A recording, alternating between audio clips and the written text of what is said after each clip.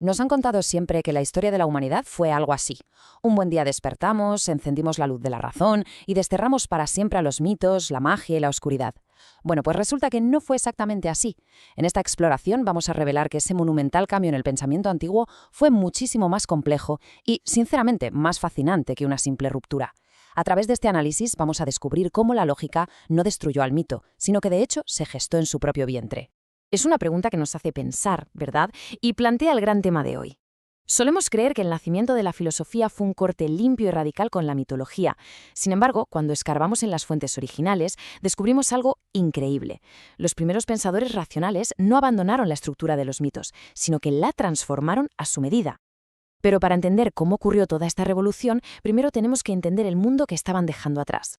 Así que empecemos por la primera parte: el mundo del mito y el reino de los dioses. Vale, adentrémonos en esto. En la antigua Grecia, allá por la época arcaica, el sentido de todo lo que existía dependía pura y exclusivamente de la voluntad divina. Y esa voluntad solía ser un caos absoluto de caprichos, favores y castigos entre deidades.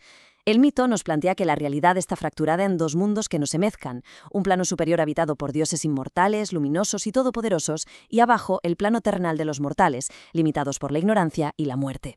Para conectar ambos mundos hacía falta una especie de medium, alguien excepcional que pudiera cruzar esa frontera invisible. Y justo aquí es donde entra una forma muy particular de entender el conocimiento. En este mundo operaba lo que llamamos una lógica de la ambigüedad.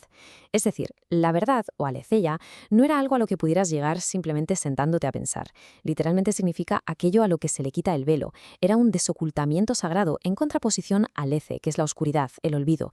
Esta verdad era como un regalo luminoso, inaccesible para la mente de cualquier mortal. Solo los poetas y los profetas inspirados por los dioses podían recibirla. Fijémonos en estas palabras de la Teogonía de Hesíodo porque son clave. Poetas como él eran considerados los verdaderos maestros de la verdad. Ellos no se ponían a investigar la naturaleza como haría un científico hoy en día. Recibían el conocimiento a través de las musas y de la diosa Memoria. Al cantar estos mitos en los rituales, el poeta no estaba contando un simple cuento, no. Estaba colaborando activamente para mantener el orden del cosmos. O sea, la palabra cantada era literalmente lo que mantenía el universo en su sitio. Pasemos a la segunda parte: las semillas del cambio y ese gran catalizador geográfico.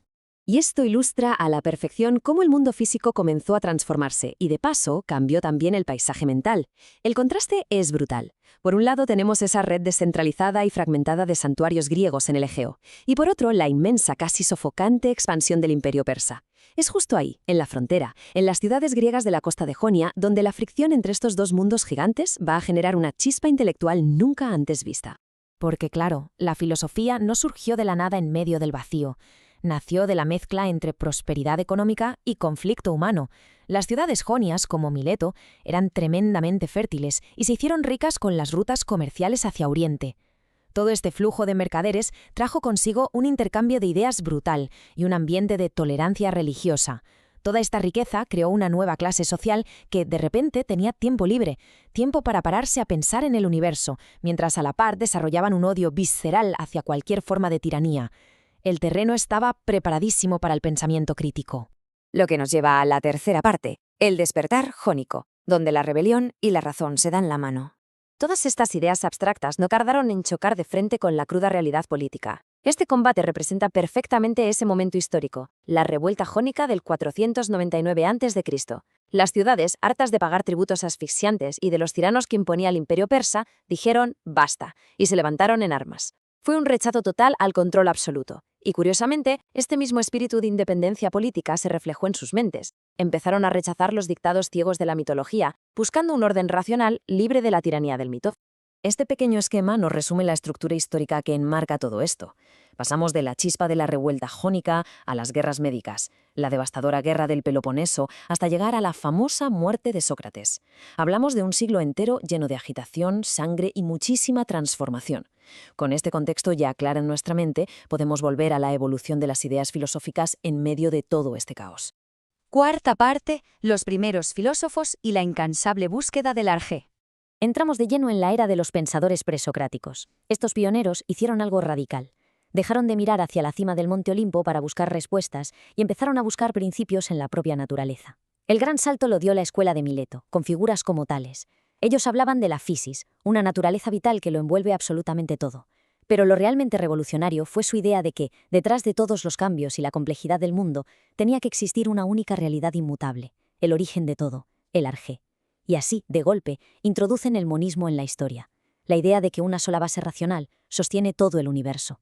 Y mientras tanto, nos encontramos con figuras como Pitágoras. Para su escuela, la base de todas las cosas no era agua ni fuego, era el número. Desarrollaron unas matemáticas increíbles intentando descifrar la armonía divina del universo. Aunque todo hay que decirlo, sus estrictas reglas de culto incluían cosas tan excéntricas como una fobia extrema a comer habas. Pero bueno, más allá de esto, introdujeron una visión donde el cuerpo era visto como una prisión para el alma. Para ellos, la salvación consistía en comprender ese orden matemático del cosmos.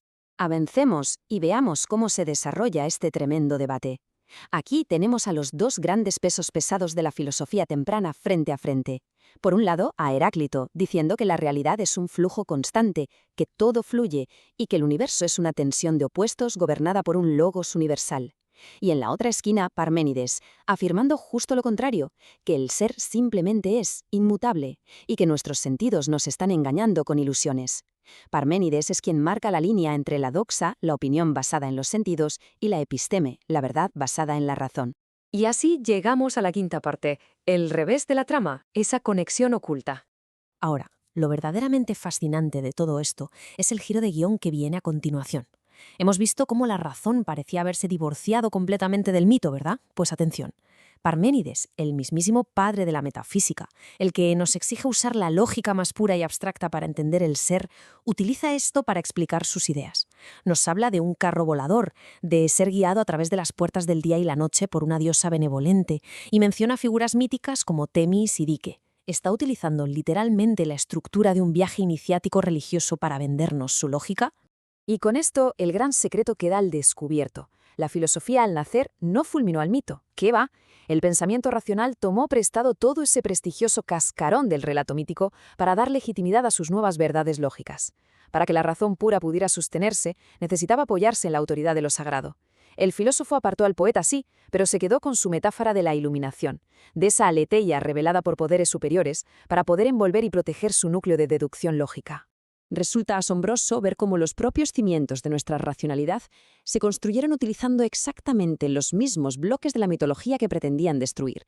Y esto nos deja con una reflexión final brutal sobre nuestro mundo actual. Si la mismísima cumbre del pensamiento lógico clásico necesitó usar el carro de una diosa para ser tomada en serio, ¿qué mitos invisibles siguen hoy en día validando y sosteniendo todas nuestras narrativas supuestamente puramente racionales? Es para pensarlo, ¿verdad? Ahí queda eso para seguir explorando.